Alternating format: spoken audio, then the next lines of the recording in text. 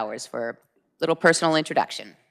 Thank you, Madam Chair. I do have some guests with me in the audience today, and as I say your name, if you can stand up, I have a shadow from Russell High School. Her name is Astral Jennings, and she brought along her counselor, Cammie Stroppel, so welcome. Astral is my shadow today. She's with me wherever I go today. And my intern, I don't believe I've introduced in here before, is Merrick Ortiz, and there's Merrick. And then over on the other side is a group of students from Lincoln High School, and I'll read their names to you too. Ben Bell, Caden Schneider, Levi Bates. We have Alyssa Lopez, and their teacher, Mr. Cody Woltzling.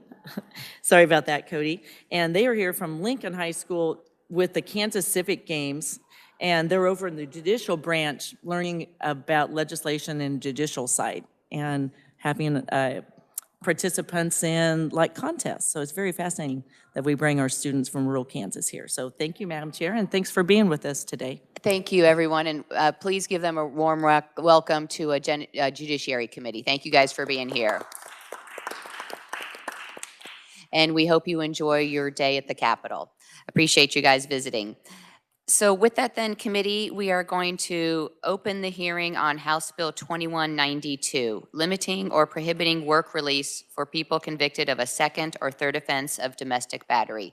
And with that, a bill brief from the reviser. Thank you, Madam Chair. House Bill 2192 amends KSA 2154-14. This is the crime of domestic battery. The way this crime is laid out is a little bit different than some of the other ones in our code, so I want to make sure to go through all the penalty provisions that are in current law. Current law right now, domestic battery is a Class B person misdemeanor unless there are some other sentencing rules that we'll get into. It becomes a Class A person misdemeanor if within 5 years immediately preceding the commission of the crime, the offender has a previous conviction.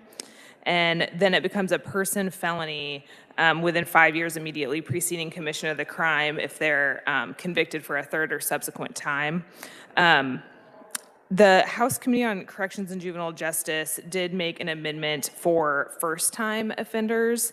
On a first-time offense, the offender would be required to undergo a domestic violence offender assessment conducted by a certified batterer intervention program and follow the recommendations of that program unless otherwise ordered. That is a current law requirement for a second and third conviction, so they just added that for a first conviction. Under current law for a second conviction within a 5-year period, the offender shall be sentenced to not less than 90 days nor more than 1 year imprisonment and fined not less than $500 and not more than $1,000.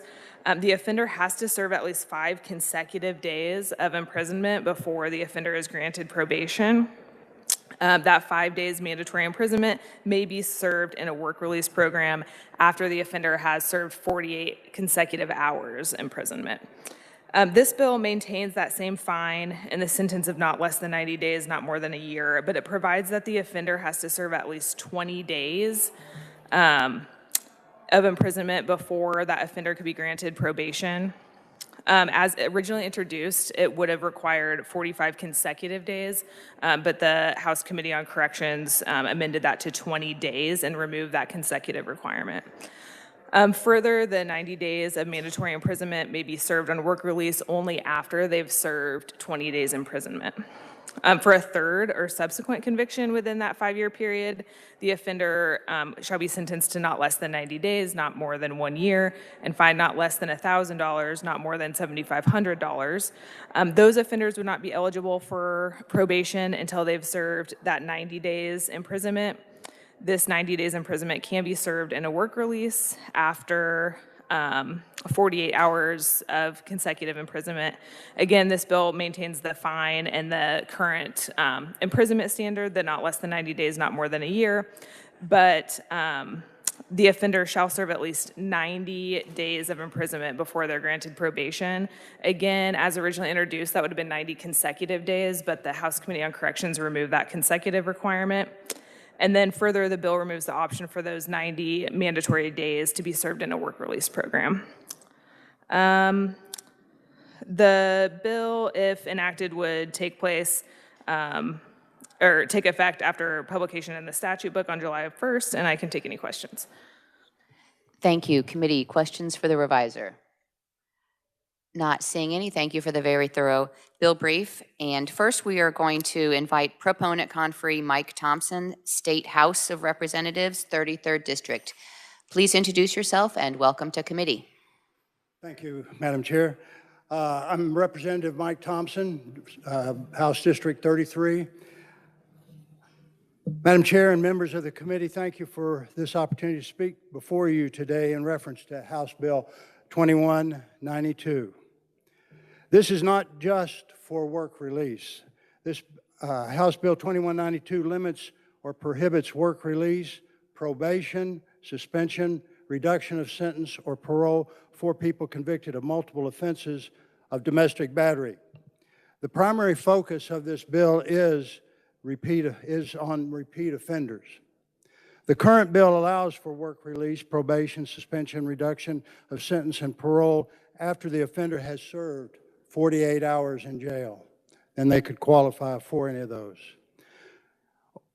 And that's on any number of the offenses, 1, 2, or 3.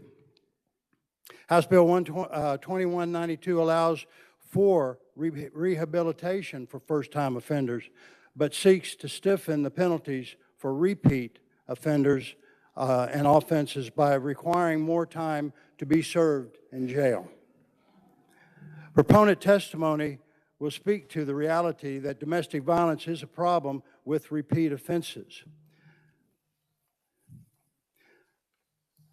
In Kansas City, Kansas, there are programs that people are trying to use, and they are helping to a point in different municipalities. Kansas City, Kansas has a program, but a quote here from the police department says, while the current numbers are improved from 2021 to 2022, domestic violence still remains a significant factor in over 10% in KCK homicides. Non-fatal domestic violence is still a large problem in our community. From the KBI, 2023, there were, for the state of Kansas, 22,847 domestic violence incidences. There were 11,425 domestic violence incidences resulting in an arrest, and there were 32 domestic violence homicides. From the Kansas Sentencing Commission, stats said that there were 265 individuals were sentenced. 12 individuals were sentenced with the crime-violated parole conditions. 23 individuals sentenced with crime-violated probation conditions. The average age is 34 years old. What I'm trying to point out is there is still a problem, no matter how many of these programs that we have, and they're doing good work with the programs. Last time this bill was heard, there was one opponent that stated the bill takes away important discretion from district court judges. That's part of the problem. And I don't mean that in a bad way. It's just this new bill still allows for discretion for the judges, but it does start stiffening the sentences and requiring that. Family violence, severe injury, and even death have occurred after repeat offenders were released from confinement after 48 hours. Domestic violence is a real problem, and we must not take it lightly. Please consider making HB 2192 a reality. Thank you for your time and consideration, and I'll stand for questions at the appropriate time, Madam Chair. Thank you. Thank you, Representative. It's great to hear from you here in committee. We're going to ask all the legislators to go first, and then if we can have questions for them before we hear from the other proponents so they can get to the House floor. So with that, then, we will invite John Resman, also from the State House of Representatives, 121st District. Please introduce yourself and welcome to committee. Thank you, Madam Chair. I'm John Resman, and I represent the 121st District, which is mostly Olathe and parts of DeSoto. And I'm here today in full support of House Bill 2192. One of the, Representative Thompson mentioned, actually he mentioned some of the things I was going to talk about, but one of the important things about the bill, it was amended that the first time someone is convicted, that they get an assessment. Currently, right now, it's on the third conviction, which is way too late. And by then, a lot of damage has been done. So I think an assessment on the first time they're convicted, I think is going to be extremely important. So why is this bill important? You know, I've seen firsthand the result of someone that is not held accountable, and things get out of hand and causes a violent encounter between the abuser and the victim. As the Madam Chair knows, that I am a retired deputy sheriff from Johnson County, and I spent 21 years of my career in the investigations division and investigated numerous homicides, including quite a few domestic violence issues that resulted in death. Over the past few years, I don't know if you've noticed that the Kansas Coalition Against Sexual and Domestic Violence has displayed storyboards either on the first or second floor of the Capitol to tell stories about domestic violence and the unchecked anger of the abuser that resulted in death. Two of those storyboards that are displayed tell a story of two women that I have a connection with. In both instances, the victims were killed by the abuser. I was the officer in charge of both of those investigations that resulted in the arrest, conviction of both suspects. Unfortunately, two women were killed and their futures gone. I want to talk about two of them real quick, both of them. The first one is in Senator Corson's district. Betty and her husband owned a painting company. While working on the job painting a house, they got into an argument. The husband grabbed Betty, placed her in a headlock, and shot her point blank in the head, right in front of the coworkers. A year earlier, Betty had filed for a protection from abuse order against her husband and stated that he had beat her and threatened her in the past. The second one is a 21-year-old girl by the name of Christina that happened in Shawnee, Kansas. Christina decided to end her abusive relationship with her boyfriend on Thanksgiving Day. On that day, the boyfriend beat her and slit her throat and then held her in the apartment, closing the door, preventing her from escaping, seeking help for her and her unborn child. Christine's boyfriend had a previous history of violence against women. In both these instances, I don't know if this bill would have helped, because I don't know if they were convicted, but if they were, they would have had an assessment. Passage of this bill would send a strong message of the severe consequences for the abuser's action upon their conviction, not on the third time, but on the first time. It also requires people that are convicted for the first offense to get an assessment and possibly get help to prevent future abuse. And with that, I'll stand for questions. Thank you very much for your testimony. Next, we will invite Barb Wassinger, State House of Representatives, 111th District. Please introduce yourself and welcome to committee. Thank you, Madam Chair. I am Barb Wassinger. I am the state representative for the 111th District. I have a very personal story to tell. About 3 years ago, I was able to change probate law with the help of this committee, as well as the other committee and obviously the governor. I had a constituent whose father beat his mother to death, was in jail, was charged with murder, and he was going to be able to take all of his wife's retirement income and any other cash that she had, because probate law did not mention what happens. We passed the Slayer law, which we put it in the Slayer's law. It's called Karen's law. And it's just a small piece that says if you are charged with suspicion of being part of the death of another person and a beneficiary, you may not access those funds until everything's taken care of. They had to go to court to get a judge to stop them from taking Jeremiah's mother's money. If we had these laws, everything we can do to stop these people from getting to the point where Jay Shoemaker felt like he could stand in his front yard and beat a woman to death, we have to do. This is one more step. We will never stop all of them, But if we can stop one, then Jeremiah might have his mother and his kids would have their grandmother. So thank you, and I'll be happy to stand for questions. Thank you for your testimony. Committee, any questions for our three proponent conferees who have testified? I don't see any. You got off pretty easy today in front of committee, but thank you for taking the time to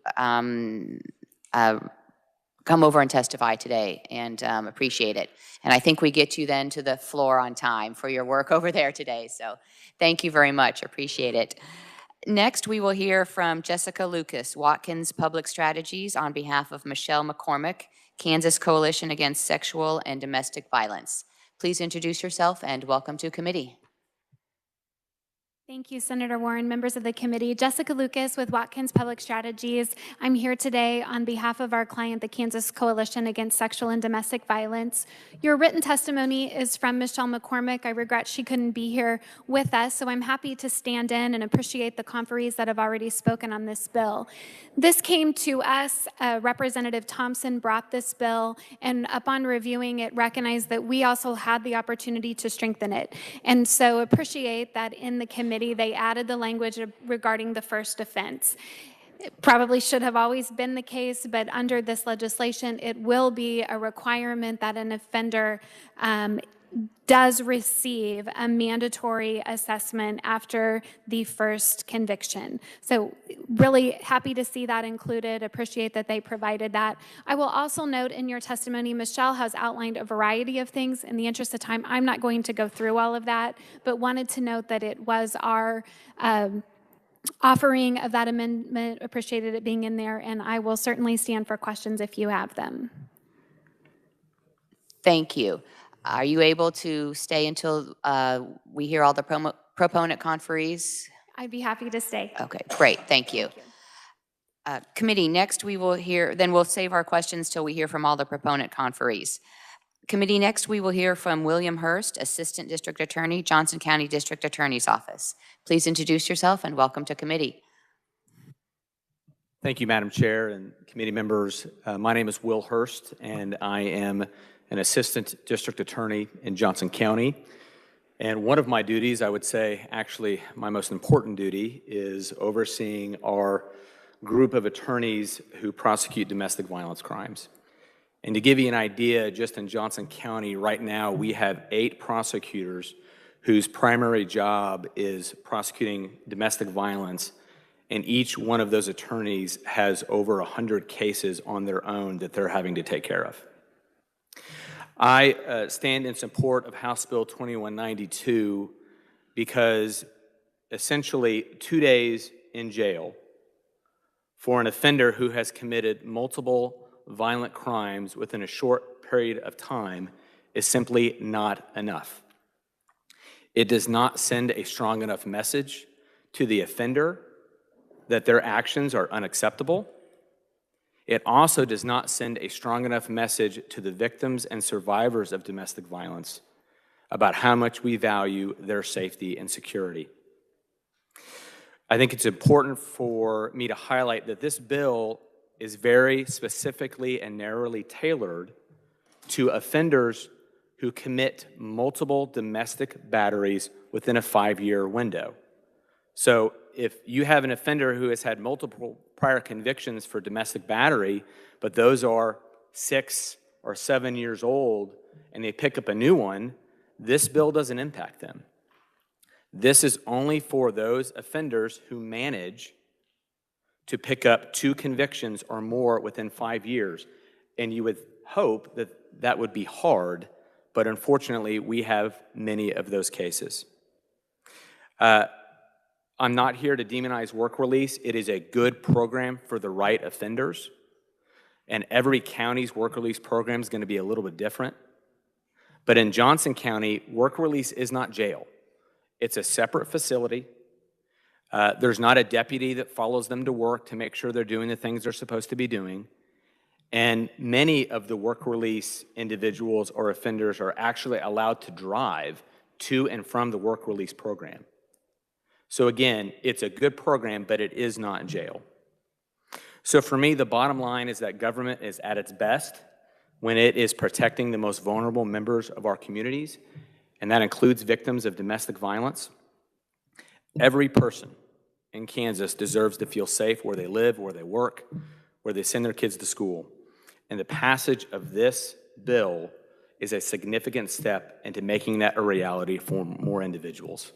So, Madam Chair, Committee, again, thank you for the opportunity, and at the right time, I gladly answer some questions. Great, thank you for your testimony. Next, we will hear from Tina Harris, a private citizen. Please introduce yourself and welcome to committee. Hi, my name is Christina Harris. Thank you for having me.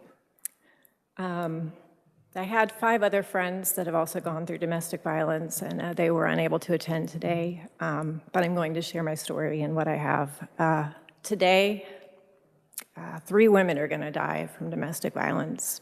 That sounds small, but those are 3 lives, and that could have been mine. The following is my story, which I hope will impact a yay note on this bill and perhaps encourage future bills on domestic violence to be born. That is my hope. My ex-abuser was convicted of a level 7 person felony, which is aggravated assault, 2 violations of PFA. My cases are listed on below. I believe you guys have the sheets. I have a lifetime PFA. Not many women are granted that. When we were together, he had written out in hopes of having me come back to him. It does take time to leave an abuser. He had written a letter out of the things he had done that were physically aggressive towards me in hopes of winning me back. Some of those things that he wrote out were injuring my wrist tendon, which is going to require surgery, smothering me, kicking me, waving a knife at me, and causing hip labrum damage, which I did have to have surgery for. And then also threatening to throw me from a moving vehicle multiple times. I'm lucky to be here. Pardon me. His elder uncle admitted that he was also hurt by Mike as well, physically. This same uncle pays his lawyer and his housing. That's how deep the brainwashing goes. By the time a victim reports abuse, multiple convictable offenses have happened, but fear prevents the victims from reporting them. So to say repeat offenders in this bill, in my mind, a first offense should be considered grounds for not allowing work release. 44%, well, and to piggyback off of what someone had said, in a 5-year period, my abuser has hurt more than one person. It just, his uncle, who divulged to me, as well as, well, you'll hear later on, but I apologize. 44% of domestic violence cases are unreported.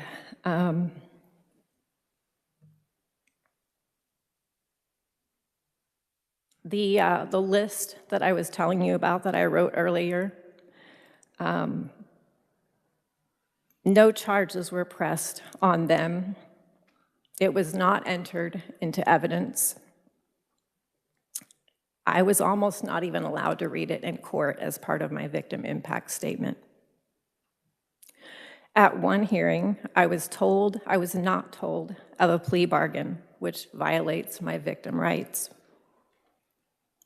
I was told I could sue the courts, but it would not bode well for me. I filed a strangulation report, and the police said they felt sure that charges would be pressed. They were not. I even had photos, text messages between my abuser and myself, as well as an emergency room report in which they stated they wanted to admit me inpatient. The chance a victim will die at the hand of an abuser when strangulation is present or has been present in that relationship is 75% higher.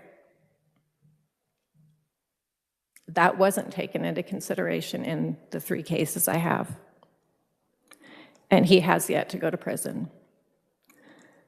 When I was with him and had not left and still had hopes that he would change, I did try 7 times to leave him, but he found me each time or else lured me back due to the trauma bond and brainwashing.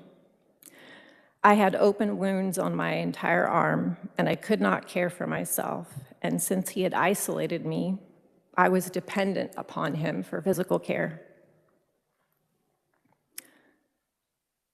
I tried to get into a women's shelter. I live in Johnson County, for a frame of reference, and they did not have bed space. I called day after day after day after day. My case manager also called day after day. If I had gotten into a bed and they had space, I say I would have been safe. That's what I wrote out. But I don't know that I would have been safe, but there would not have been the hip injury and the felony 7 charge, because that was probably about a month or 2 prior to when that happened. So no hip surgery.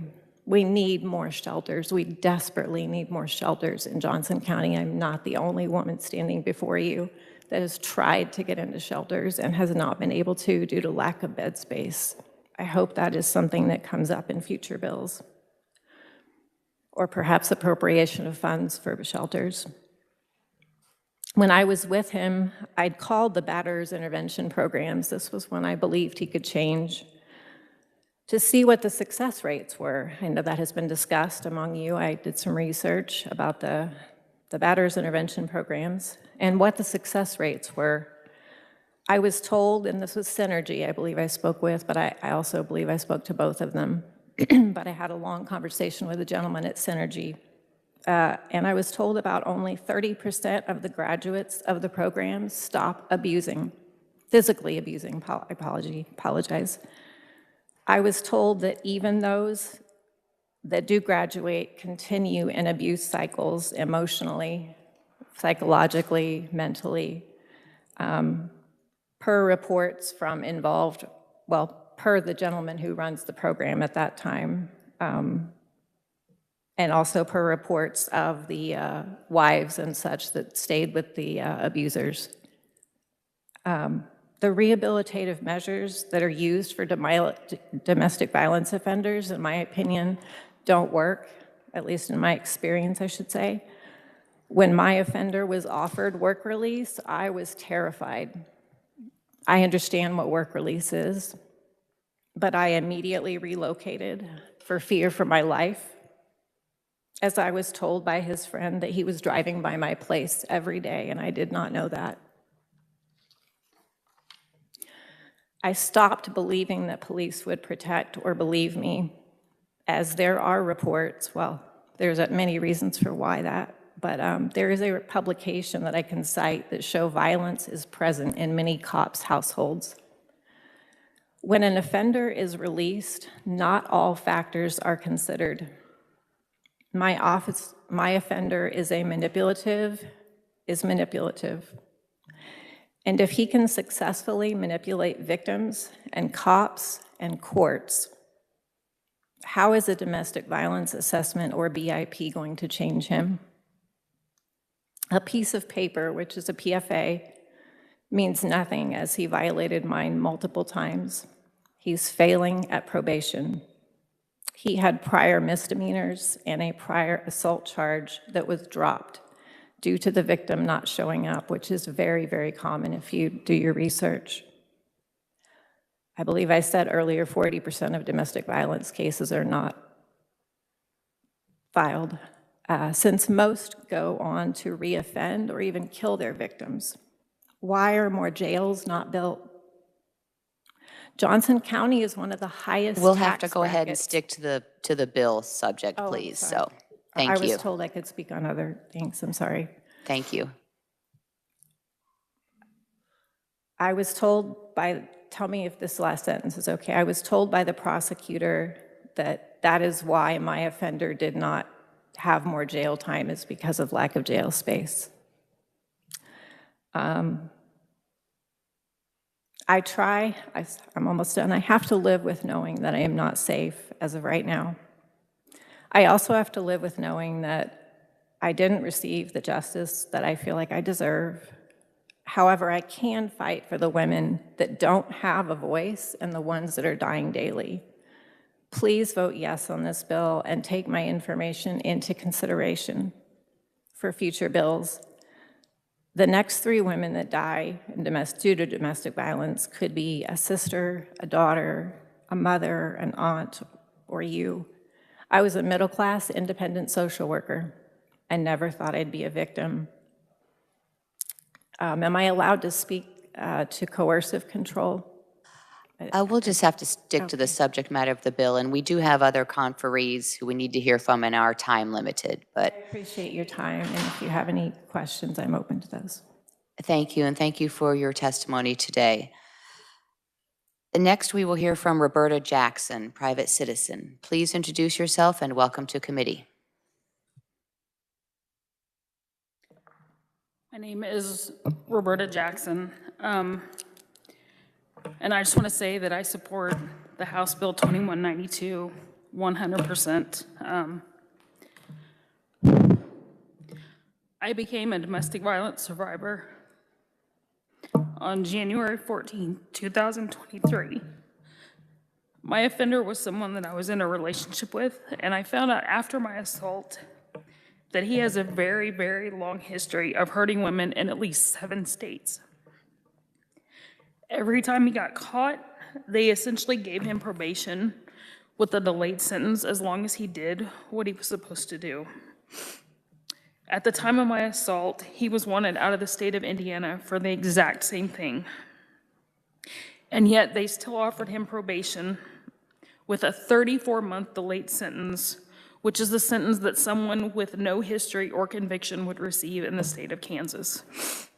Based off of his history, he should have went up a severity level and received way more time with no probation. After he was released from jail here in Kansas, he went back to Kentucky, where he was from, and hurt another woman 8 months later and almost killed her. I work as a 911 operator, and on average, in my 6 to 7 hour shifts, there are no less than half a dozen domestic calls at any given time being worked by officers.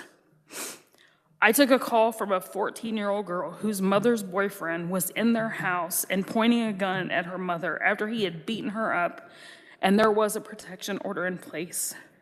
She had locked herself in her room and called 911. I got her calmed down and was working with officers to try to get her out when 7 shots went off. The girl was still in her room, and she thought that he had shot her mother. He hadn't, thankfully. He shot into the wall. When we ran his name, he was convicted not once, not twice, but 3 times of domestic assault. This would be his 4th conviction. The system is broken. The fact that my offender or this man are essentially getting just slaps on the wrist and basically giving a free pass to continue to hurt and potentially kill women is something that I cannot wrap my head around. In 2023, there were 31 homicides in Kansas City, Kansas. Of those 31 homicides, 13 of those were domestic related, where a PFA was in place. These were also by repeat offenders. We had a female victim that had a PFA against her ex. He went into her house while she was sleeping and shot her in the back of her head, and she didn't even know what was coming. He had also been convicted previously for the same thing and given probation. My hopes for this bill, eventually, and any subsequent bills after this, is that there is a conviction after the first offense, not the second, not the third. They should not get the opportunity to do this the second and the third time. And sentences longer than what has previously been said here today to help maybe deter them from doing this to women. And the fact that domestic violence convictions are misdemeanors unless it causes disfigurement is not something that I understand. Mine was a felony because I had stitches in my head.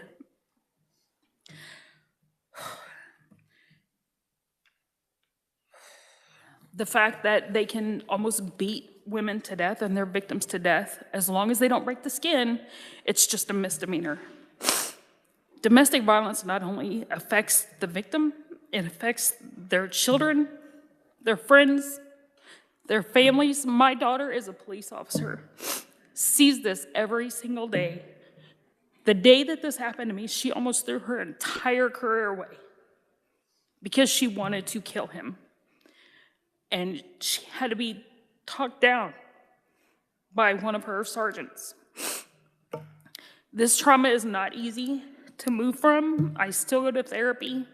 I struggle every single day just to push through and not want to break down. I work 3 jobs just so I don't have to think or feel or cry or scream because it gets so hard some days. I still have nerve damage on my scalp, above my stitches. My migraines some days are so intense that I can barely get out of bed. Since this happened to me, I've made this my mission to try to get stricter guidelines for this, which is why I contacted Mr. Thompson to begin with. Probation does not work in most cases. They kind of develop a God complex because they believe that they can just keep hurting people because the judicial system just gives them a slap on the wrist and lets them off. The system failed me. They failed his latest victim. The system is the reason that so many victims either don't report it or they end up beaten again or killed before they can. Something's got to change. I want to leave you with this. 7, the average number of times a woman goes back to the man that abused her. 7, the average number of times a woman returns to hell because instead of trying to understand her, she is condemned for escaping because instead of asking questions, we ask her to stay silent in the name of keeping the peace. 7 times she has learned that people don't take sides, that speaking out against his lies won't open people's eyes. And the number of times she learns to dismiss her experience because the rest of the world isn't brave enough to see it. 7 times there's a chance she doesn't get to try again. 7 times she goes back to the place she should be praised for leaving. 7 times she goes back to and 7 times she has to fight for support when she's fighting just to stand. 7 times we teach her to return instead of teaching ourselves how to save her. 7 times we teach abusers that their actions don't have consequences because 7 times we'd rather side with them than admit that the reason a woman returns to the man she should see as a threat is because instead of stepping in to protect her, we try to stay out of the way. Instead of understanding the battle she fought to walk out that door, we tell her the war wasn't real 7 times. The average number of times a woman goes back to the man that abused her, we don't yet understand that by not picking sides, we pick his. I will not be silent until these men no longer benefit from the ways we fail these women 7 times. I used to think the same way about domestic violence victims, about why don't they just leave? Or that will never happen to me until it did, and I became one of them. If this can happen to me, it can happen to anyone. Your mothers, your sisters, your daughters, and even your sons. So I, as a domestic violence survivor, plead to you to consider this bill. Not only consider it, but build on it so that it is taken as seriously as sexual assaults, abuse against children, and murder. Victims need to know that there is hope and justice for them. Thank you. Thank you for your testimony. Is there any other one in the room wishing to testify as a proponent on the bill? Then committee want to draw your attention to proponent written testimony at your desk from Erica Rowland, Associate Division Chief, Victims Services Division, Office of the Attorney General. And we're going to open it up for any questions then for our proponents. And first want to thank everyone for their testimony, their heartfelt testimony today as well. So appreciate you sharing your personal stories. So With that, are there any questions? I have just a quick question probably for our Assistant District Attorney and about the number of days that were selected. I think 20 days and then, yeah, I think 20 days from 48 hours and 20 days from at least 5 consecutive days. What was how did 20 become the date? And if you'll please reintroduce yourself. Yes. Again, Madam Chair, thank you for the question. Will Hurst with the Johns County District Attorney's Office.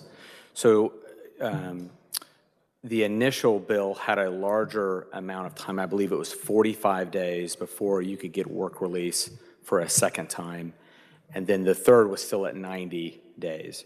And I believe after the committee in the House had heard testimony that and I wasn't in there for that, but I believe that they came to an agreement to take down the second time to the 20 days. I don't know where that number came from, but that's how it came to be. Maybe a middle position between current law and then what was proposed and kind of a middle spot. Yes, I do think that it was, and in my experience, it's always easier to slowly turn the dial up than to take big steps and bring it back. So perhaps that was some of the thought. Thank you. Committee, any other questions? Senator Shane. Thank you, Madam Chair. I just want to simply say thank you to our conferees. Your bravery is noted. I too have struggled to understand why our state's laws are the way they are on this issue. And it's not missed on us, the fact that you've been here today. God has found a special place for you to be in this fight and to have survived your abuser and be here today. So thank you for that. And thank you for testifying today. Thank you. Committee, other questions? Not seeing any, then is there anyone wishing to testify neutral on the bill? Not seeing any, and we will invite opponent conferee Emily Brandt, BIDS Legislative Committee, Kansas State Board of Indigence Defense Services. Please introduce yourself and welcome to committee.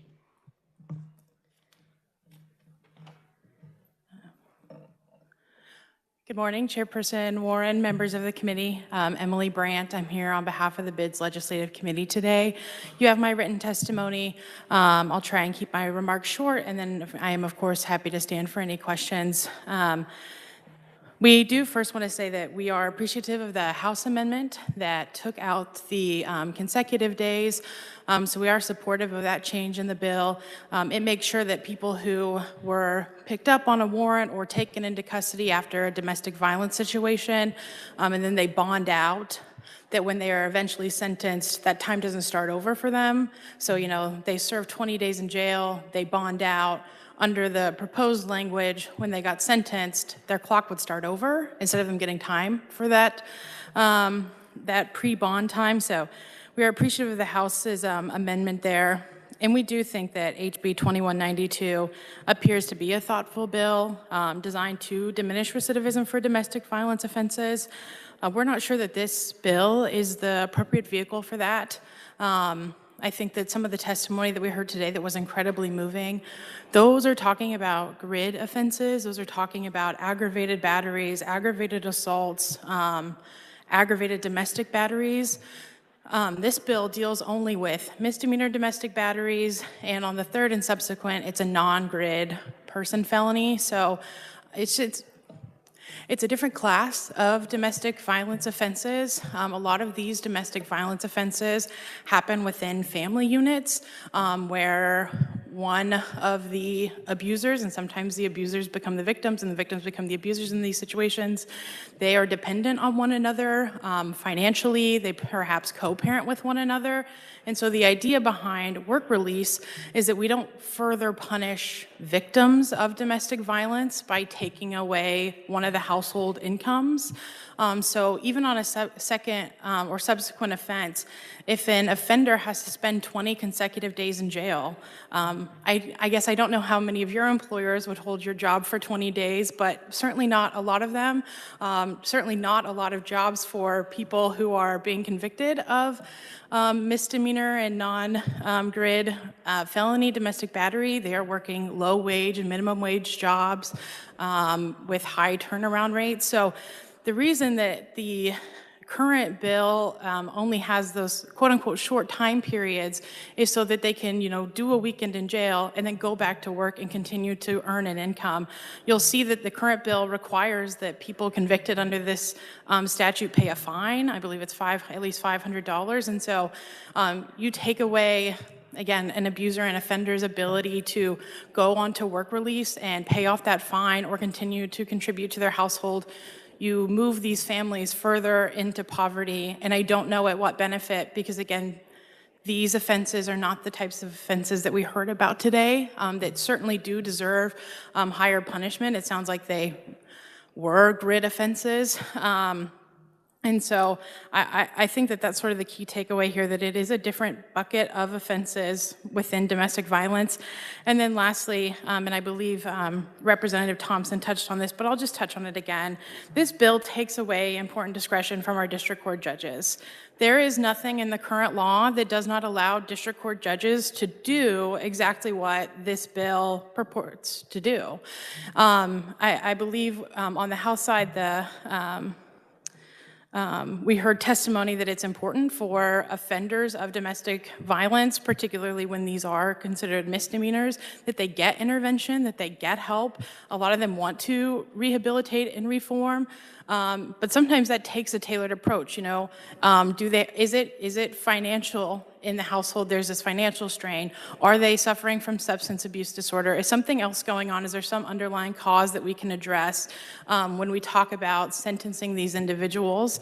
And so I think that our district court judges who live and work in our communities are in the best position to make sure that people sentenced under this statute are being rehabilitated, and also that community safety is being taken into account, their community safety, the victim safety, et cetera.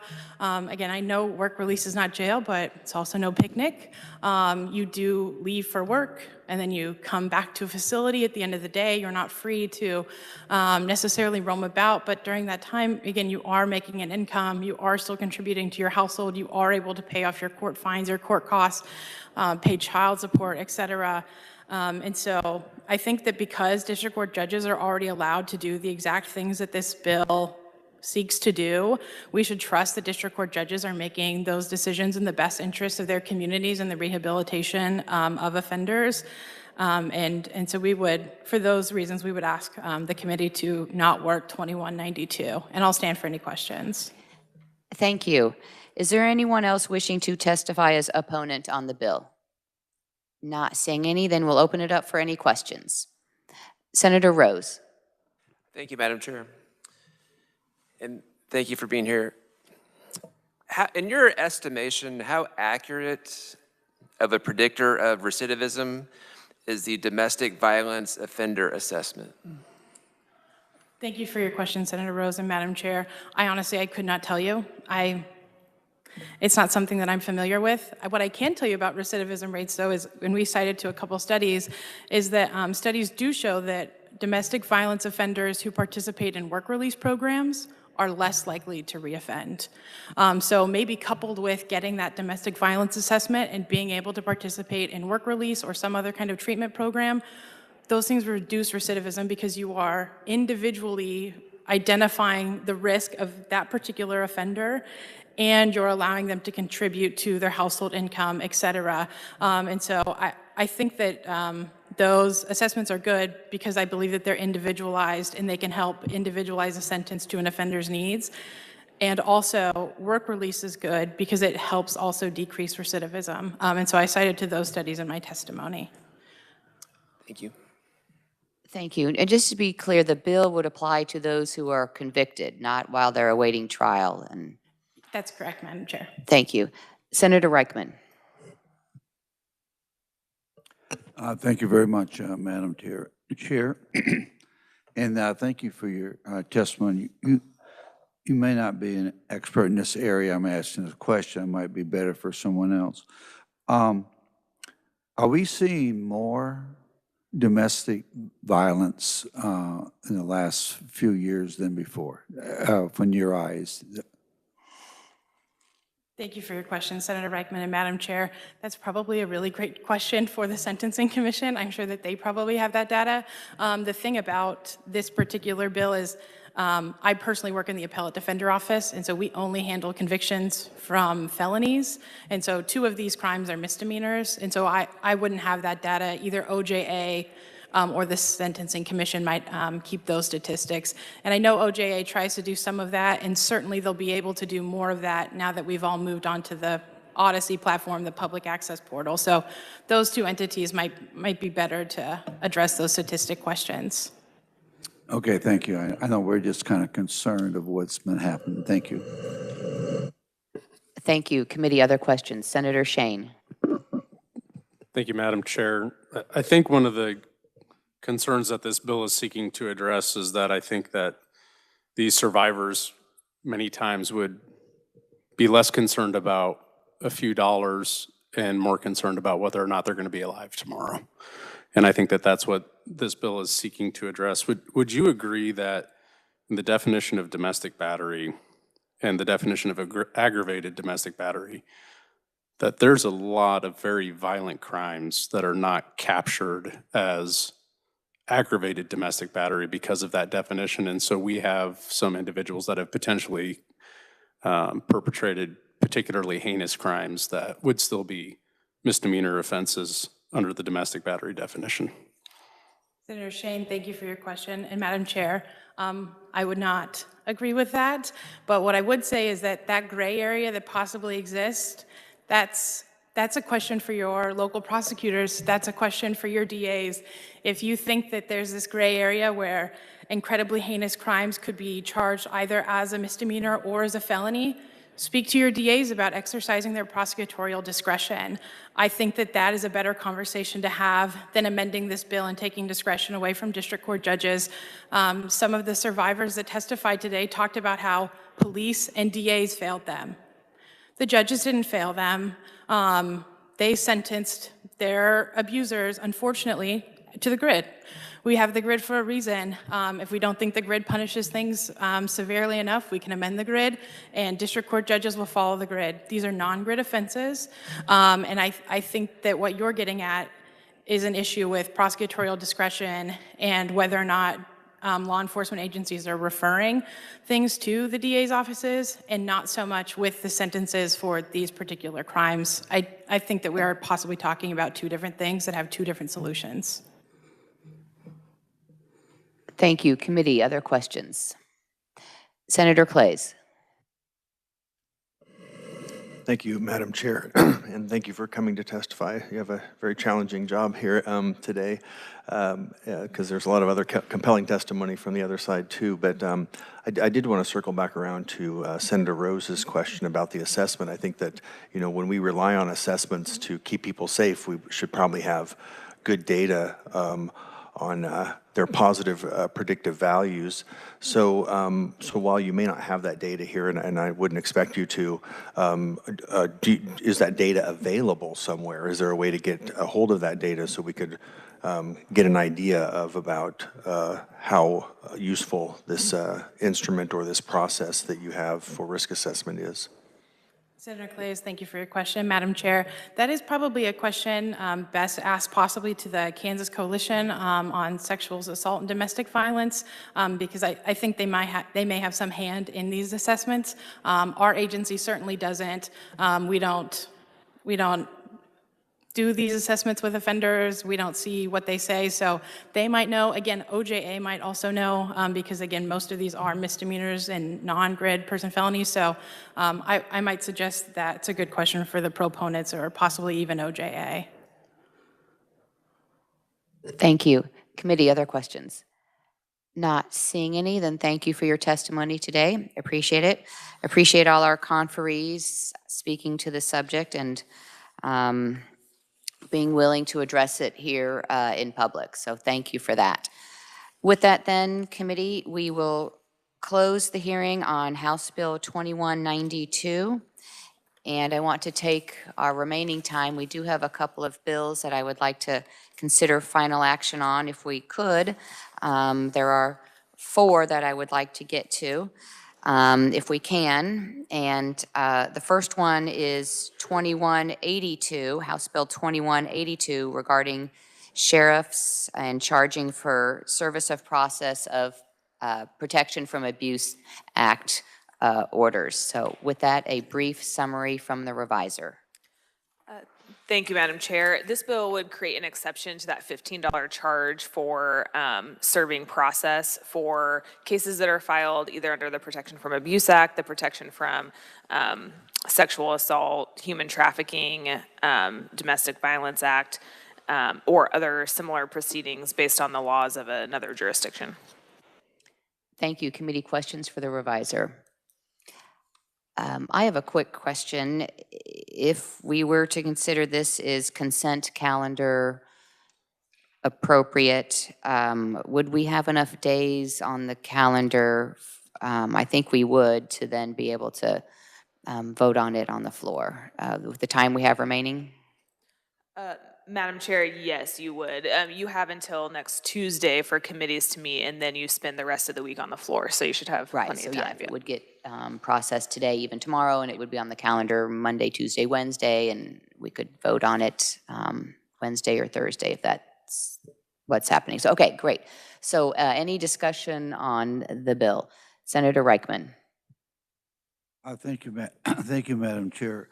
Well, I got to listen to the testimony. I put in a question in mine. Why are we doing this bill?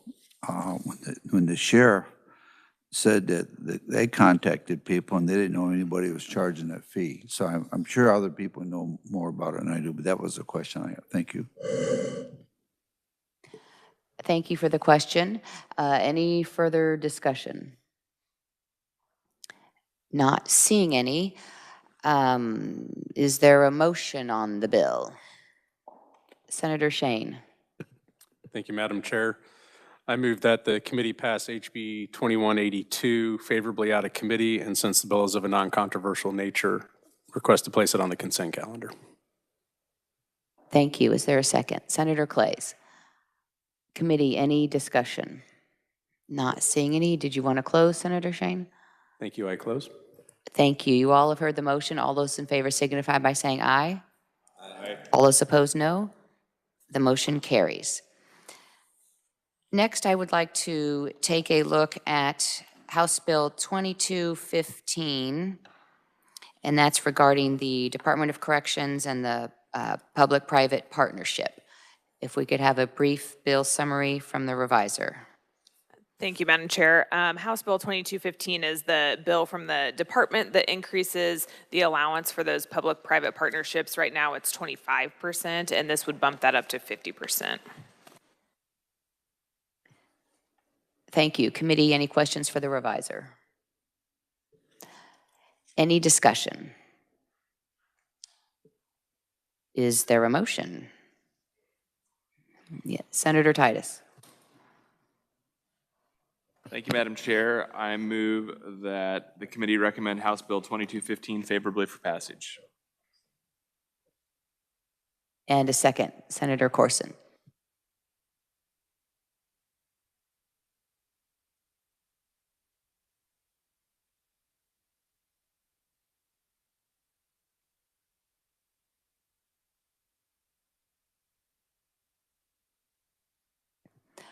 Any discussion on the motion? Not seeing any. Did you want to close? I close. Thank you. You all have heard the motion. All those in favor signify by saying aye. Those opposed, no. The motion carries. Next, I would like to work and consider House Bill 2342, and that was allowing the Department of Commerce to seek a background check, and a brief summary from the reviser. Thank you, Madam Chair. House Bill 2342 would allow the Secretary of Commerce to conduct a state and national criminal history record check on final applicants and employees who are in sensitive positions with the department. Thank you. Questions for the reviser? Senator Bowser. not necessarily a question, Madam Chair, but just a comment. This is sort of a best practice amongst our agencies. Other agencies do require the background check already. I'm in favor of this bill. Thank you. I have a suggestion, an amendment that we move the effect date from the, let's see, it's currently the statute book, and move it to publication in the Kansas Register. Is there a second? Senator Rose, any discussion? Then I'll go ahead and close. All those in favor of the motion signify by saying aye. Aye. Those opposed, no. The motion carries. We're back on the bill. Is there further discussion or a motion?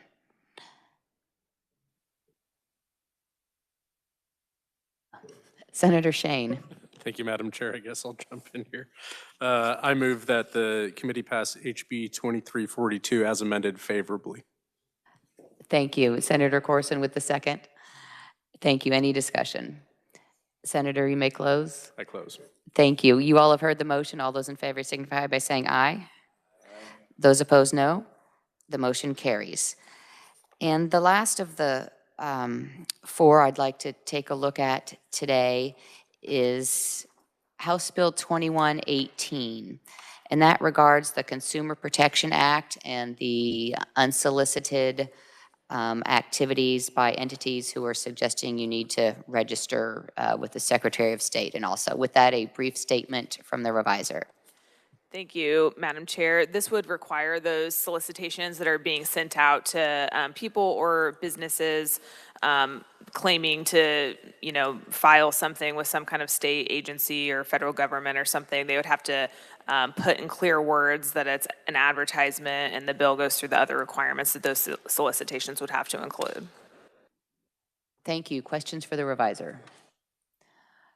So I have an amendment that I kind of mentioned when we heard the bill regarding for purposes of definition in the Consumer Protection Act. It was talking about consumer, and consumer didn't include LLCs and other business entities that the bill was intended to help protect from these unsolicited mailings and other activities. So the amendment, as you'll see in the balloon, it addresses the Consumer Protection Act and provides a clearer definition that for purposes of the act for this section and this crime, that changes the definition a little bit. The person committing the conduct shall be deemed the supplier, and that's how the term is used in the Consumer Protection Act. And then the person who's the victim shall be deemed the consumer. So then in that definition, we will capture the LLCs and other business entities that are receiving these solicitations.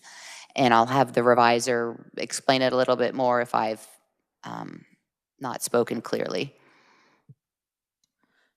Madam Chair, I think you captured it. There are a few other sections. The Wayne-Owen Act is coming to mind, but there are 3 or 4 different sections in the Consumer Protection Act that have this identical language, so we're just putting it over here to mirror those. Great, thank you. Questions for the reviser about the amendment? Is there a second for the amendment? Senator Rose. Thank you. Any discussion? Not seeing any, then I will close, and you all have heard the motion. All those in favor signify by saying aye. Aye. Those opposed, no. The motion carries. We're back on the bill. Any discussion or a motion? Senator Rose. I move we pass House Bill number 2118 as amended favorably. Thank you. Senator Bowser with the second. Any discussion? You may close, Senator. I close. Thank you. All those in favor signify by saying aye. Aye. Those opposed, no. The motion carries. Committee, I had considered working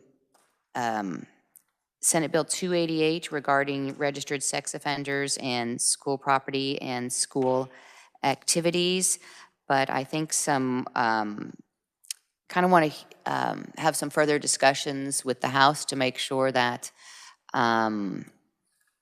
we're moving forward as we need to. So with that, I plan to work this bill Monday. So please have any amendments and discussion ready for Monday. So that will give us an opportunity to get the bill in a place where we can work it on Monday. So with that then, thank you everyone for your testimony and your work, and the meeting is adjourned.